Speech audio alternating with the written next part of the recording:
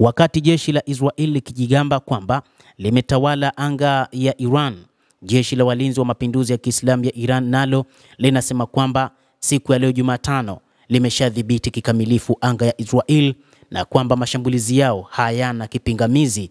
Hakuna ulinzi wa anga wenye kuzuia mashambulizi kutokana na makombora wanayoyarusha.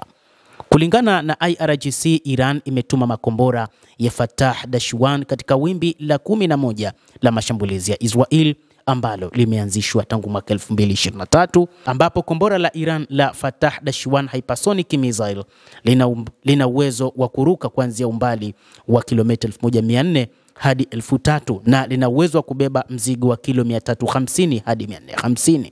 Shambulio la leo la kombora linaonyesha kuwa tumedhibiti mbingu ya maeneo yanayokaliwa kwa mabavu na kwamba wakazi wake hawana ulinzi kabisa dhidi ya mashambulizi ya makombora ya Iran, IRGC ilinukuliwa na shirika la habari la Iran IRNA.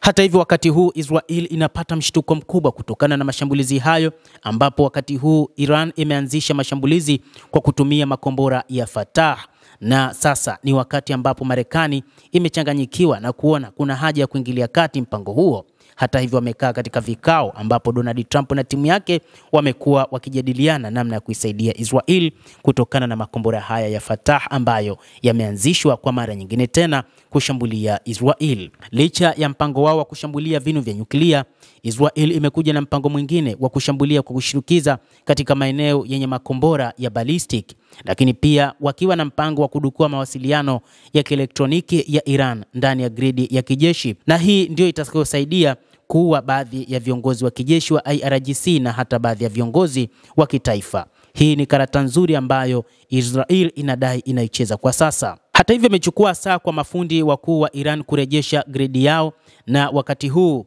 wanadai kwamba uimara wa ulinzi wao wa anga unasaidia miundombinu yao ya nyuklia kuwa salama wakati huu. Na mara tu hilo lilipotokea, wimbi lilianza kugeuka hadi baada ya milio ya makombora usiku wa kuamkia Jumapili, ambapo IRGC ilitangaza uwezo wake wa kuvuruga kwa umakini mifumo ya udhibiti wa anga wa Israeli kwa kutumia intelijensia iliyoimarishwa, na hivyo kuvunja Iron Dome pamoja na mifumo mingine ya THAAD na mingine ambayo inatumika ndani ya taifa hilo la Kiyahudi. Hata hivyo, maeneo ya miundombinu huko Tel Aviv na Haifa imeharibiwa kabisa kutokana na makombora ya Iran, huku mifumo ya ulinzi wa makombora ya Rafael ikishindwa kudhibiti makombora hayo. Hata hivyo, katika makombora, ndege zisizokuwa na rubani vimesababisha hali kuwa ngumu zaidi katika maeneo mbalimbali huko nchini Israel. Hata hivyo, wakati huu mkakati wa IRGC ulioboreshwa umerekebishwa vizuri siku baada ya siku kwa njia iliyokuwa kutolewa kisayansi.